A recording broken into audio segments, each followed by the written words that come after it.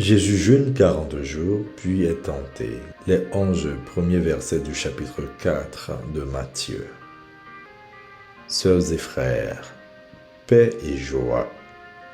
Nous voici à l'aube de Carême, ce temps fort qui vient du mot quaranta ou quadragesima, qui est une période de 40 jours où l'Église nous invite à entrer au désert avec le Christ en combat spirituel face à toutes les tentations du monde. Il s'agit d'un temps privilégié de prière, d'aumône et de jeûne, de pardon et de conversion. En ce premier dimanche de Carême, nous sommes confrontés à l'avoir, le savoir et le pouvoir, trois plus grandes sources de tentation qui ont toujours marqué la vie de l'homme.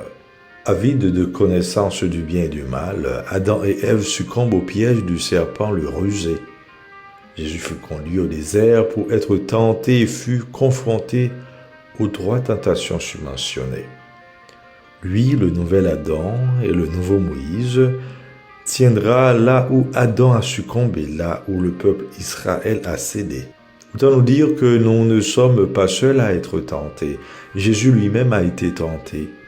Quand nos yeux sont obscurcis par la tentation du monde, le Christ vainqueur du mal et de la mort se tient à nos côtés. Avec lui, nous pouvons vivre dans l'espérance du Carême. Le premier péché de l'homme est la désobéissance d'un ordre direct de Dieu. C'est l'expression d'un refus de dépendance à Dieu. Il s'agit aussi de la volonté de puissance, le désir de tout connaître et de tout contrôler. Le péché originel est une entrave à l'état originel dans lequel nous avons été créés. L'homme jouissant du libre arbitre et de sa liberté décide. En langue française, tuer un homme, c'est un homicide. Tuer son frère, c'est un fratricide. En revanche, qui tue Dieu décide. Donc, en décidant de suivre toute voie, allant à l'encontre de ce que Dieu veut pour nous, c'est tuer Dieu. C'est se résoudre à vivre dans le péché qui nous défigure et qui nous fait souvent oublier que la grâce est plus originelle que le péché. Vous serez comme des dieux si vous mangez ce fruit. Ce fut donc bien d'avoir les yeux ouverts et de savoir qu'ils sont nus, qu'ils ne sont pas des dieux, qu'ils ne sont pas Dieu. Non, on reste des humains, des mortels, et c'est la sagesse que de le reconnaître. Prendre la place de Dieu est la tentation permanente que nous portons. Ainsi le témoignent de nombreuses expériences scientifiques, entre autres aujourd'hui le marché des bébés que veut accoucher le monde postmoderne avec les PMA, procréation médicalement assistée, ouverte à tous. Cette partie de l'exultète très célèbre, ô Félix culpa, heureuse faute qui nous a valu un tel rédempteur, faute qui permit à l'homme et à la femme de prendre conscience de ce qu'ils sont devant Dieu, le vivant.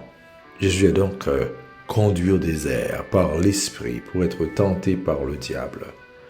Lors de son baptême, l'Esprit de Dieu est descendu sur lui et est désigné comme le Fils bien-aimé en qui Dieu trouve sa joie. Matthieu 3, verset 17, juste au seuil de son ministère public. Le tentateur qui approche Jésus à la fin de son jeûne de 40 jours et 40 nuits voulait jouer sur sa faiblesse physique.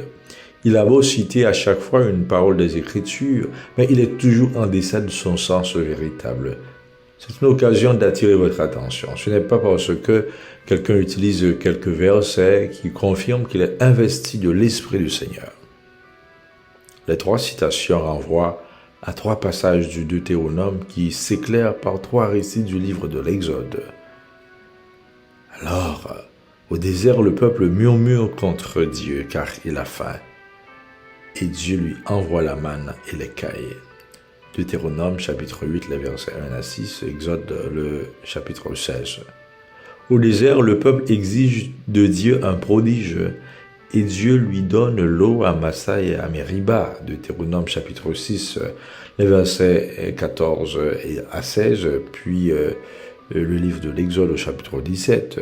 Et en dernier lieu, au désert, le peuple se prosterne devant le veau d'or. Plus tard, devant d'autres dieux. Deutéronome chapitre 6, le verset 13. Ensuite, Exode chapitre 32 et 34. Jadis, le peuple au désert a été tenté et il n'a pas réussi à garder sa confiance en celui qui venait pourtant de le délivrer d'Égypte. Jésus revit les mêmes tentations, mais il garde confiance en son Père. Il triomphe là où le peuple est tombé. Avec lui, l'histoire sainte est à nouveau ajustée à Dieu, lui qui est à la fois le nouvel Adam et le nouveau Moïse. L'apôtre Paul, pour sa part, voit en Adam une préfigure de celui qui devait venir. Mieux encore, il estime qu'il n'en va pas du don gratuit comme de la faute. Donc, la puissance de la grâce, plus originelle que le péché d'ailleurs, dépasse de loin cette donnée. En effet, là où le péché s'est multiplié, la grâce a surabondé. Romains 5,20. Paul met en valeur la justification de tous à cause de Jésus-Christ et de lui seul. Sœurs et frères, le psaume 50 évoque une prière de pardon et de purification. On parle ici du double péché d'adultère avec Bethsabée de David et du meurtre commandé sur son époux légitime, Urias le Hittite.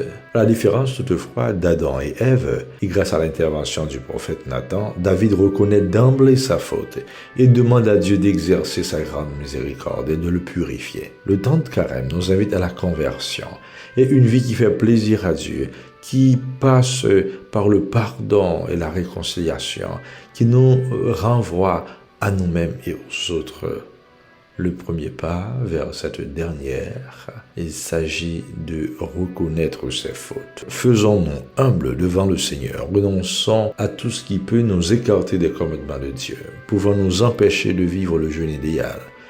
Délier les liens de servitude, libérer les enchaînés, donner à manger à ceux qui ont faim, avoir une attention particulière pour les peuples qui végètent dans la misère, la violence, la guerre et l'insécurité sur toutes ses formes.